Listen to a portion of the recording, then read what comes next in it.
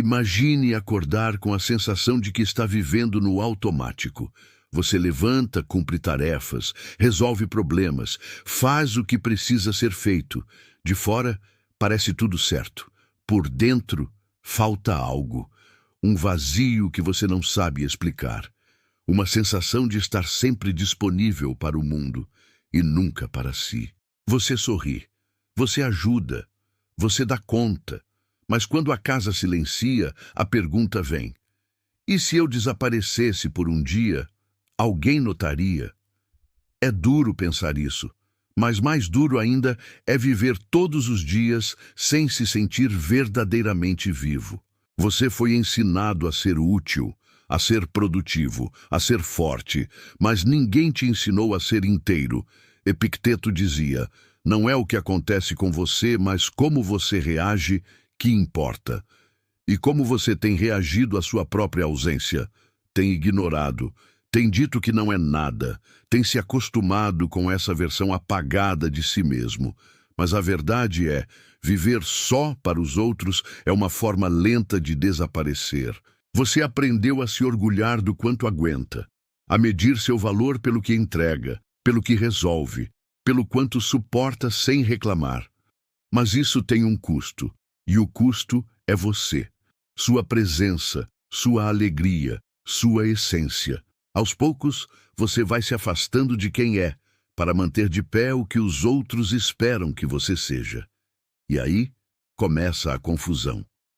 Porque mesmo cercado de gente, você se sente sozinho. Mesmo cumprindo tudo, parece que está sempre em falta. Mesmo recebendo elogios, sente que está longe de si.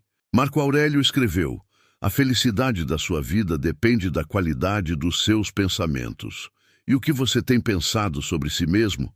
Que se parar um pouco tudo desmorona? Que cuidar de si é egoísmo? Que descansar é fraqueza? Não é. Cuidar de si é coragem, é inteligência emocional, é autoconsciência. Mas o mundo te ensinou o contrário. Te elogiou quando você se esqueceu. Te premiou quando você se sacrificou. E assim, você aprendeu que para ser amada, precisava sumir. Mas chega uma hora em que o corpo começa a falar. Ele fala com exaustão, com aquele sono que não passa, com a irritação sem motivo, com a falta de vontade de fazer o que antes te dava prazer. E a alma também começa a gritar, só que em silêncio. Você sente um peso no peito, uma tristeza vaga, uma ansiedade que te acompanha sem pedir licença.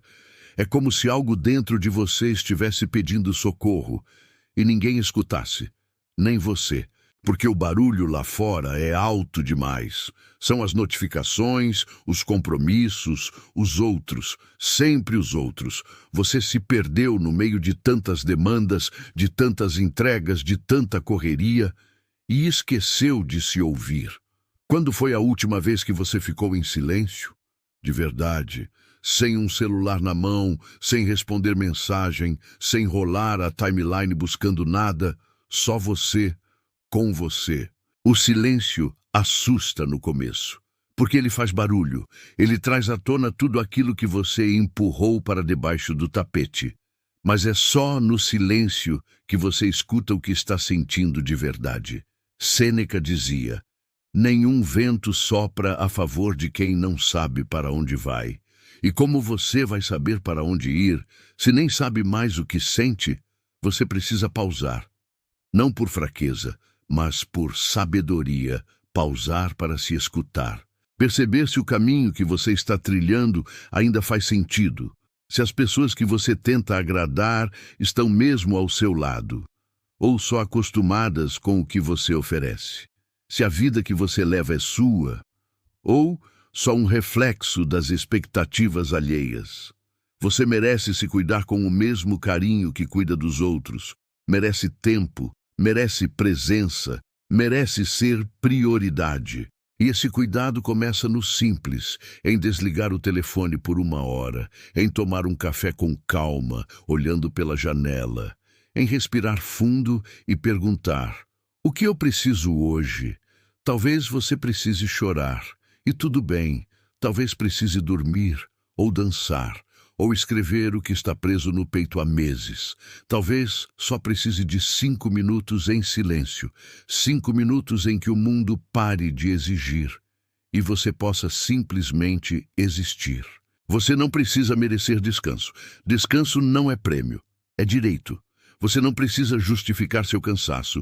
Cansaço não é fracasso, é sinal. Sinal de que algo dentro de você precisa de cuidado. Cuidado não é luxo, é base, é raiz. Sem cuidado, tudo desaba. Relacionamentos, saúde, sonhos, você. Epicteto nos lembra que não são as coisas que nos machucam, mas o julgamento que fazemos delas. E o julgamento que você tem feito de si tem sido pesado demais. Você se culpa por não dar conta de tudo. Se cobra por estar cansada. Se exige perfeição mesmo quando está por um fio. Mas e se você mudasse esse julgamento? E se você começasse a se olhar com a mesma compaixão que oferece aos outros? E se começasse a se tratar como alguém que também precisa de colo? E se parasse de esperar que o mundo te dê permissão e começasse a se autorizar-se a dizer não, a recusar o que te machuca, a se afastar do que te esgota, a escolher o que te faz bem, mesmo que os outros não entendam? Marco Aurélio escreveu: a alma se torna colorida com as cores dos seus pensamentos.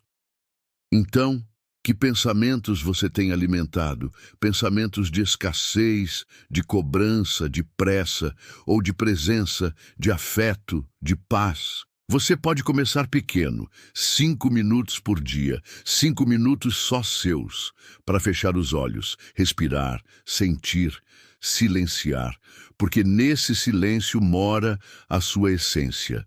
Mora aquilo que o barulho do mundo tenta apagar, mas que nunca deixou de estar aí, esperando ser lembrado. E quando você começa a se lembrar de quem é, tudo muda. Não de fora para dentro, mas de dentro para fora. As decisões ficam mais claras, os limites mais firmes, o cansaço mais leve, porque agora existe um ponto de retorno dentro de você, um lugar de verdade, de paz, de presença. Isso não significa que a vida vai parar de ser difícil, mas significa que mesmo nos dias difíceis, você vai saber onde se encontrar, vai saber como se acolher. O estoicismo não é sobre endurecer, é sobre despertar. Despertar para a vida que está passando enquanto você tenta dar conta de tudo. É sobre parar de viver só em função dos outros e incluir a si mesmo na equação. É sobre perceber que seu valor não está no quanto você se anula, mas no quanto você se respeita, e o respeito começa no silêncio, no descanso, no cuidado, no amor próprio sem culpa. Sêneca escreveu: enquanto perdemos tempo hesitando e adiando, a vida passa, e ela está passando agora, neste segundo. Não espere um colapso para se escolher. Não espere a dor te obrigar a parar. Não espere a vida gritar, se você pode começar a escutar hoje, agora. Porque no fim das contas, ninguém vai fazer isso por você. Você pode continuar sendo tudo para todos, e nada para si.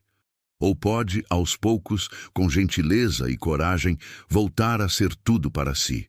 Mesmo que aos olhos do mundo isso pareça pouco. Mas não é pouco, é tudo. Porque quando você se reencontra, o mundo volta a fazer sentido.